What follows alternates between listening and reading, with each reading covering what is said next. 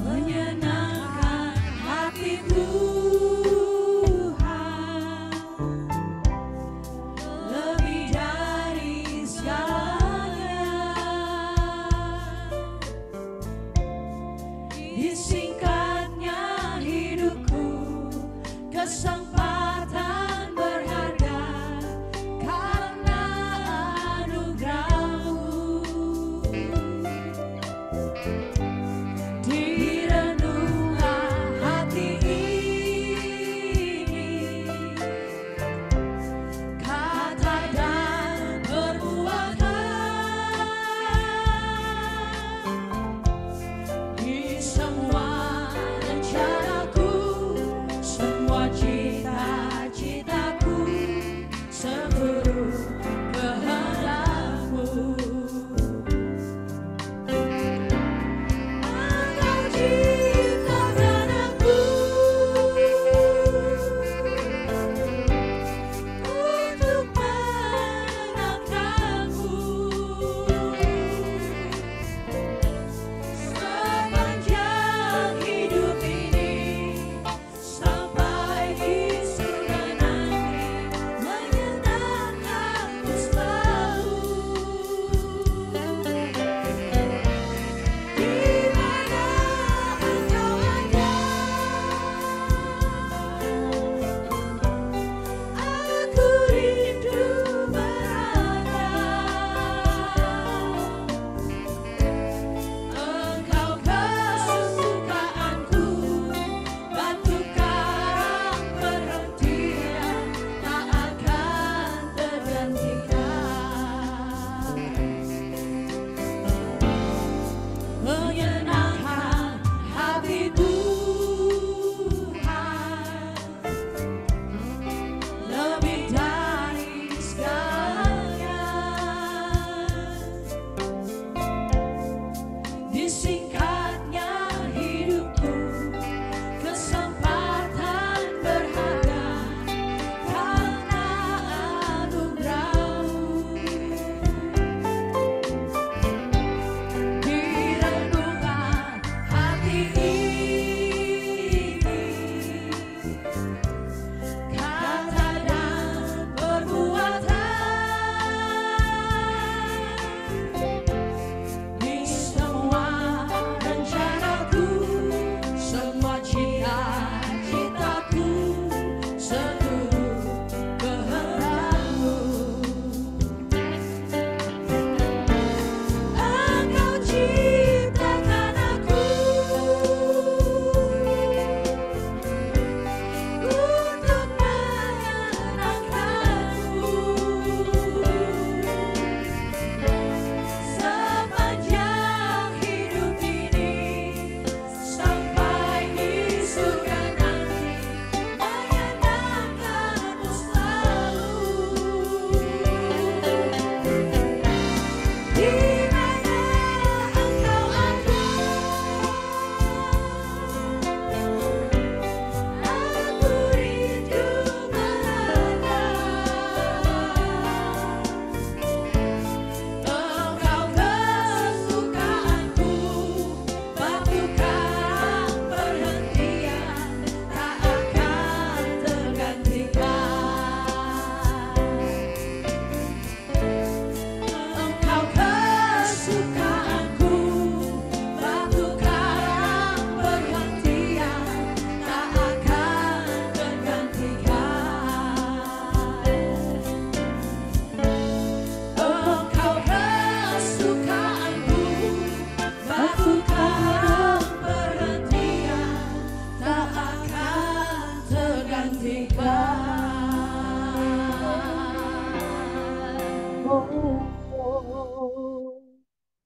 Sungguh Engkau kesukaanku Tuhan. Batu karang perhentian, tiada akan tergantikan. Kami bersyukur Bapa di surga. Kalau pada pagi-pagi hari kami menyembah Engkau, ada hadirat Tuhan yang penuh dengan kuasa. Kami menyambut kasih-Mu di pagi hari ini Bapa. Kami mengangkat tangan, tanda kami berserah Bapa. Dan ketika kami mengangkat tangan, Engkau Tuhan yang turun tangan. Kami membawa segala persoalan kami letakkan di bawah kaki salib-Mu. Dan kami belajar daripadamu sebab Engkau lemah lembut dan rendah hati. Terima kasih Bapa di surga, kami sambut Tuhan. Kekuatan baru, berkat-berkat Tuhan yang spesial, yang luar biasa, yang menyegarkan jiwa kami. Kami rindu untuk mendengarkan sabda firman-Mu Bapa. Demi nama Yesus Tuhan, kami berdoa dan mengucap syukur. Amin. Shalom, selamat pagi saudara. Kiranya kita senantiasa menyenangkan hati Tuhan. Firman Tuhan berkata, janganlah kamu menjadi serupa dengan dunia ini, tetapi berubahlah oleh pembaharuan budimu, supaya kamu mengetahui kehendak Allah, mana yang berkenan, yang sempurna, mana yang baik, mana yang berkenan, dan yang sempurna. Bapak Ibu Saudara yang diberkati oleh Tuhan Yesus Kristus, firman Tuhan katakan bahwa tubuh kita adalah bait Roh Kudus, di mana Roh Allah berdiam. Jikalau Roh Allah berdiam di dalam kehidupan kita, biarlah kekudusan, kesucian menjadi bagian kita. Jangan mencemarkan tubuh kita dengan rupa-rupa kejahatan. Sebab itulah yang dulu kita lakukan sebelum kita mengenal Bapa. Tapi sesudah kita mengenal Bapa, biarlah tubuh kita persembahkan menjadi persembahan yang hidup, persembahan yang kudus, persembahan yang berkenan. Dan biarlah ibadah yang sejati, yaitu kehidupan kita yang takut akan Tuhan. Saudara, Bapak Ibu yang diberkati oleh Tuhan Yesus Kristus, kiranya pada pagi hari ini kita dapat merenungkan kebenaran firman Tuhan. Dan mari kita baca kebenaran firman Tuhan ini bersama. Saya memberi judul, rumahku akan disebut rumah doa. Rumah doa bagi segala bangsa. Sebab tubuh kita adalah bait Roh Kudus. Dan bait Roh Kudus adalah rumah doa, rumah kediaman Tuhan. Jangan mencemarkan dengan berbagai macam hal yang menajiskan. Dalam Matius 21 ayat 12 hingga ayat yang ke-17, mari kita renungkan kebenaran firman Tuhan ini bersama-sama.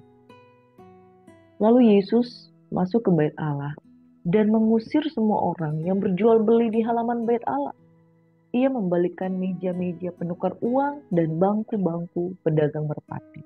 Dan berkata kepada mereka, ada tertulis rumahku akan disebut rumah doa, tetapi kamu menjadikannya sarang penyamun. Maka datanglah orang-orang buta dan orang-orang timpang kepadanya dalam bait Allah itu, dan mereka disembuhkannya. Tetapi ketika imam-imam kepala dan ahli-ahli Taurat melihat mujizat-mujizat yang dibuatnya itu, dan anak-anak yang berseru dalam bait Allah, Hosana bagi anak Daud, hati mereka sangat jengkel. Lalu mereka berkata kepadanya, engkau dengar apa yang dikatakan anak-anak ini? Kata Yesus kepada mereka, aku dengar. Belum pernahkah kamu baca? Dari mulut bayi-bayi dan anak-anak yang menyusu, engkau telah menyediakan puji-pujian. Lalu ia meninggalkan mereka dan pergi keluar kota ke Betania dan bermalam di situ. Saudaraku yang diberkati oleh Tuhan Yesus Kristus, Yesus menyucikan bait Allah. Saudara, bait Allah pada waktu itu Yesus belum mati di kayu salib. Bait Allah itu adalah sinagog. Bait Allah itu adalah bangunan. Dan ketika Yesus sedang berjalan-jalan, dia masuk ke bait Allah dan mengusir semua orang yang berjual beli di halaman bait Allah. Bapak Ibu Saudara yang diberkati oleh Tuhan Yesus Kristus, pada waktu itu ketika orang-orang mau mempersembahkan korban, mereka harus membawa persembahan mereka dari hewan ternak yang terbaik. Dan pada zaman itu mereka memberikan persembahan korban supaya orang-orang tidak membawa hewan ternaknya mungkin dari kampungnya yang bisa berjam-jam mereka berjalan kaki, dari jauh-jauh mereka bawa persembahan. Mereka ada orang-orang yang memanfaatkan itu untuk berdagang dengan mempertimbangkan, daripada orang membawa hewan ternak dari jauh, mereka harus mengangkut ternak mereka atau dengan membawa dengan tangan mereka. Lebih baik mereka memanfaatkan itu dengan berjualan, sehingga orang-orang mendapatkan keuntungan, mereka bisa membeli hewan ternak yang sudah ada di sekitar itu. Tetapi mengapa Yesus mengusir semua orang yang berjual beli di halaman bait Allah. Ia membalikkan meja-meja penukar uang dan bangku-bangku pedagang merpati. Sebab dia berkata, ada tertulis, rumahku akan disebut rumah doa, tetapi kamu menjadikannya sarang penyamun. Bapak Ibu Saudaraku yang diberkati oleh Tuhan Yesus Kristus, yang Tuhan kehendaki adalah bait Allah itu dikhususkan untuk menjadi tempat doa. Bait Allah pada waktu itu adalah gedung, adalah bangunan yang dibangun oleh tangan manusia, dan di dalamnya ada tabut Tuhan yang mereka hormati dan hargai. Pada zaman sekarang, bait Allah itu adalah engkau dan saya. Perumpamaan ini bukan sekedar perumpamaan, tapi pada waktu itu bangunan itu betul-betul adalah bangunan yang dilihat oleh mata manusia. Dan kemudian saat ini, bait Allah yang sejati adalah tubuh kita. Saudara, bukankah itu merupakan satu penghargaan bahwa Tuhan mengatakan di dalam 2 Korintus 3 ayat 16, tubuh kita adalah bait Roh Kudus. Saudara, jadi engkau dan saya, tubuh kita ini, sejelek-jeleknya tubuh kita ini, kalau dia kotor atau bersih, itu adalah tubuh adalah bait Roh Kudus, makanya harus dijaga dengan baik. Pada waktu bait Allah itu dalam bentuk bangunan, Tuhan sudah menunjukkan betapa kita harus menjaga kekudusan dari bait Allah. Bahwa tujuan dan fungsi dari bait Allah adalah rumah doa. Orang-orang yang berdagang di halaman bait Allah itu, maksud mereka sebenarnya baik, untuk menolong orang-orang untuk membawa persembahan yang dari jauh bisa dimudahkan. Tetapi motivasinya makin ke sini makin tidak benar. Mereka bukannya mempermudah, tetapi sudah berdagang. Ya, bagaimana hewan ternak itu ada di depan halaman bait Allah. Nah, di halaman itu menjadi kotor. Itu bisa aja ada kotoran hewan dan lain sebagainya. Lalu mereka mengotori dengan motivasi berdagang, menjual, mengambil keuntungan di halaman bait Allah. Hewan ternak yang harusnya disiapkan sendiri oleh jemaah pada waktu itu, dengan tujuan kalau mereka mempersiapkan diri seperti Kain dan Habel. Kain dan Habel memberikan yang terbaik dari persembahan yang ada padanya. Kalau orang-orang berjualan di bait suci, mereka mempersembahkan kambing, domba, merpati, burung tekukur, itu yang mempersembahkan yang terbaik, ya para pemilik hewan itu, mereka memilihnya. Mereka mempersembahkan, mereka memilih mana yang cacat dan yang tidak cacat. Tetapi motivasikan mereka uang, saudara. Jadi tidak bisa dikatakan ini adalah mempersembahkan sesuatu yang terbaik. Karena hewan ini dalam keadaan tubuhnya itu tidak cacat. Tapi hewan ini dijual dengan mengambil keuntungan yang sebesar-besarnya. Bapak Ibu Saudara, Tuhan tidak menghendaki di rumahnya, di bait sucinya, ada satu motivasi-motivasi yang tidak benar. Apalagi soal jual beli, saudara. Itu mengotori bait suci. Mari saudara, perenungan pada pagi hari ini. Jangan kita menjadi orang yang suka hitung-hitungan di dalam mengikuti Tuhan. Orang-orang yang berdagang di bait suci memanfaatkan kebutuhan untuk mempersembahkan korban itu dengan berdagang. Nah saudara, berbicara soal berdagang. Berdagang itu Tuhan tidak kehendaki di dalam Yeskiel 28 ayat 16. Dengan dagangmu yang besar, engkau penuh dengan kekerasan dan engkau berbuat dosa. Maka kubuangkan engkau dari gunung Allah dan kerub yang berjaga, membinasakan engkau dari tengah-tengah batu yang bercahaya. Saudara, konteks berdagang di sini bukan berarti engkau sebagai pedagang yang berjualan di pasar itu mata pencarian yang tidak halal, tidak. Tetapi motivasi di dalam mengikuti Tuhan, mentalitas pedagang itu harus kita singkirkan. Jadi bedakan saudara dengan profesi sebagai pedagang. Itu memang profesi sebagai pedagang mengambil keuntungan sebenarnya, saya tidak bahas tentang itu. Tetapi bagaimana kita ada di rumah Tuhan, Bagaimana kita melayani Tuhan? Bagaimana kita mengikuti Tuhan? Kalau kita memiliki mentalitas dagang dengan Tuhan. Malaikat yang dibuang, saudara, yaitu Lucifer, dikisahkan di dalam Yeskiel 28 ini. Dengan dagangmu yang besar, engkau penuh dengan kekerasan, dan engkau berbuat dosa. Maka kubuangkan engkau dari gunung Allah, dan kerub yang berjaga membinasakan engkau. Amin, saudara. Dari tengah batu-batu yang bercahaya. Bapak ibu saudaraku yang diberkati oleh Tuhan Yesus Kristus, perhatikanlah sikap kita di dalam mengiringi Tuhan. Dagang yang besar itu berbicara tentang orang yang mencari keuntungan yang sebesar-besarnya. Orang yang kemudian memperhitungkan, kalau saya nggak dapat untung mengikuti Tuhan, saya nggak mau. Kalau saya nggak disembuhkan, saya nggak mau mengikuti Tuhan. Kalau saya mau melayani Tuhan, saya nggak mau kalau disinggung. Saya nggak mau kalau saya nggak diperhatikan.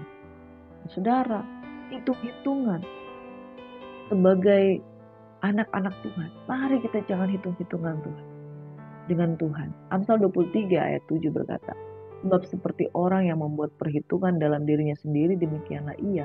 Silakan makan dan minum katanya kepadamu, tapi ia tidak tulus hati terhadapmu. Saudara, Tuhan melihat hati. Bagaimana kita memperlakukan Tuhan di dalam kehidupan kita.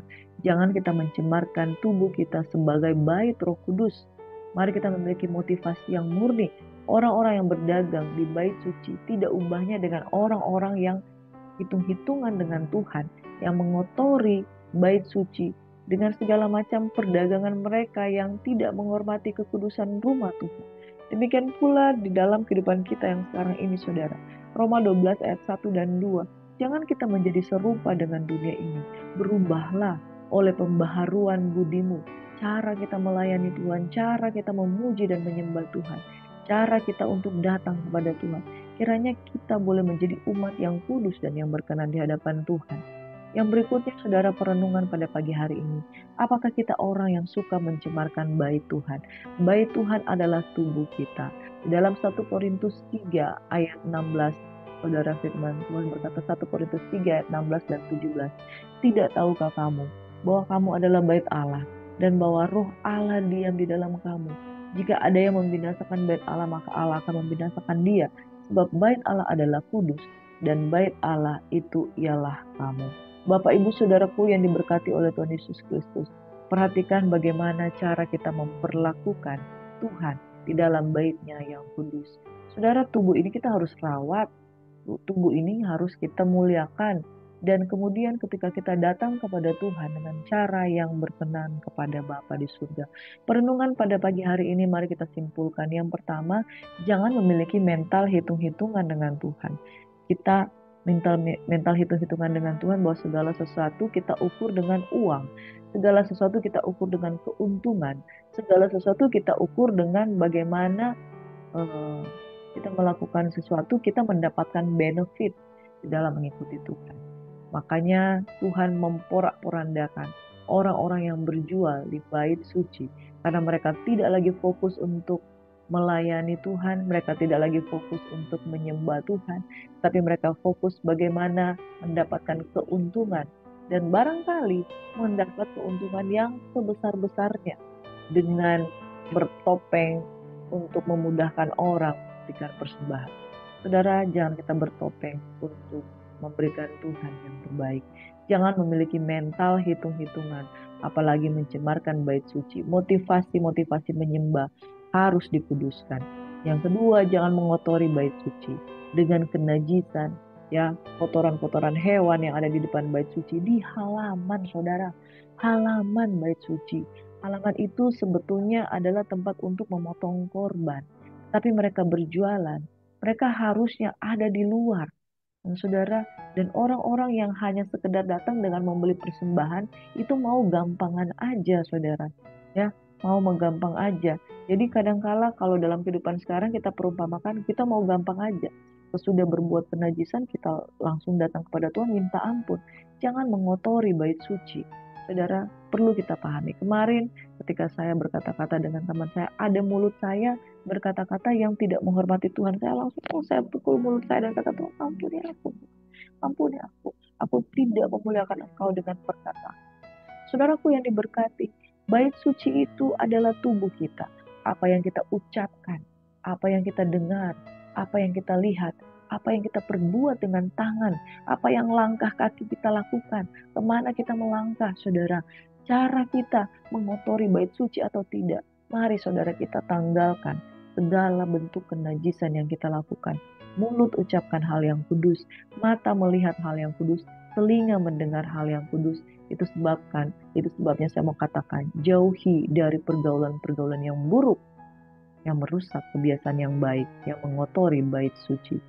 Yang ketiga, saudara, firman Tuhan berkata, rumahku itu akan disebut rumah doa, bukan rumah perdagangan. Rumahku akan disebut rumah doa, di mana ada pujian, ada penyembahan, ada syafaat yang dinaikkan di dalam bait suci.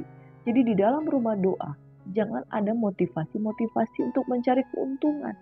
Nah, saudara berjualan di gereja, kemudian mencari keuntungan sebanyak-banyaknya dengan dalil untuk membangun rumah Tuhan. Tetapi kemudian saudara dari sana kemari minta-minta, kemudian persembahan, lalu saudara memakai uang persembahan.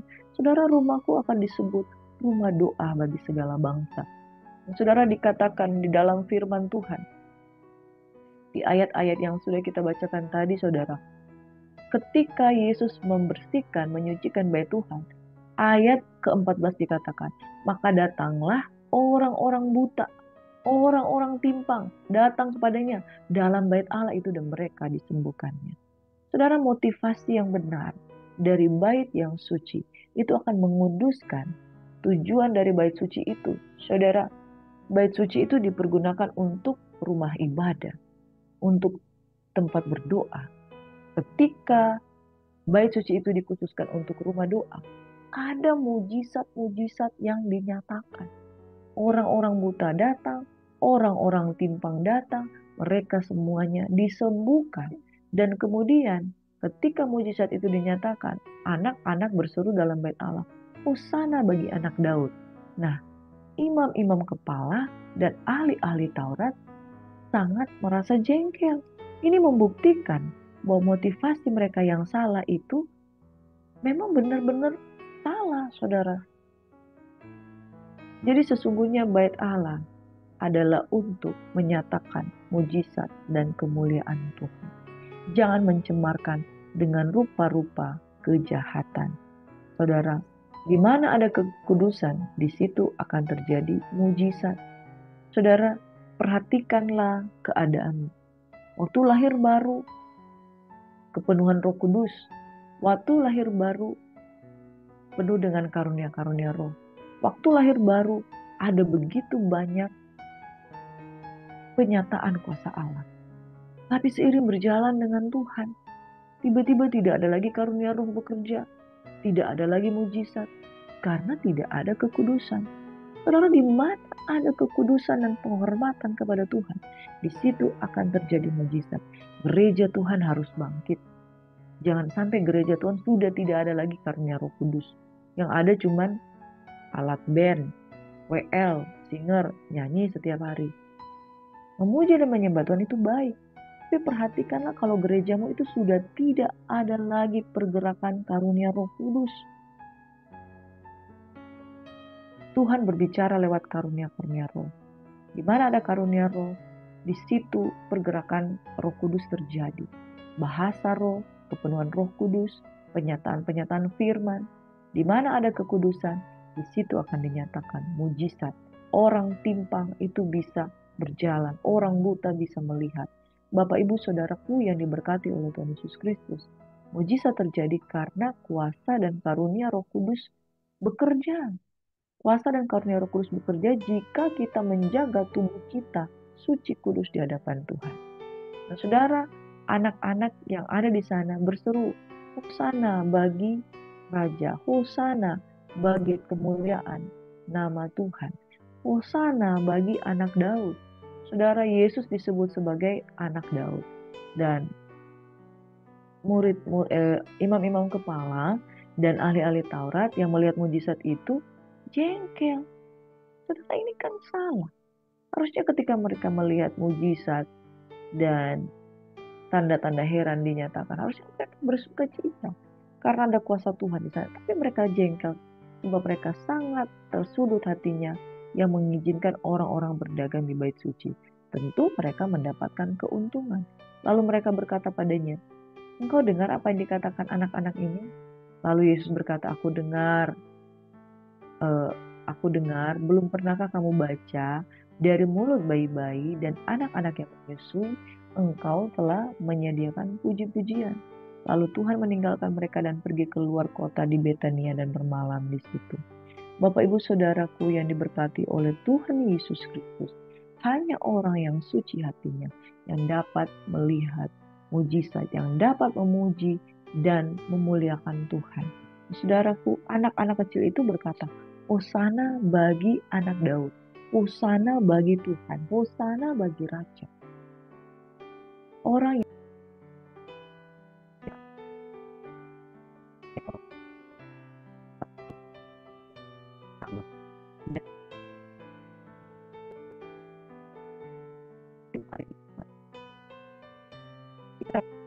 kita akan kembali dalam hidup kita.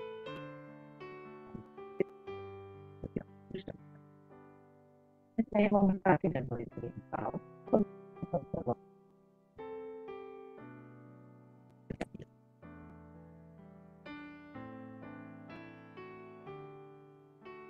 Jadi umat bangsa bukan di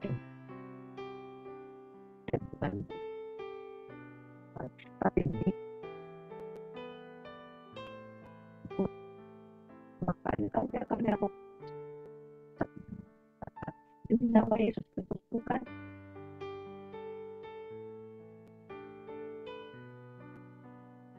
dan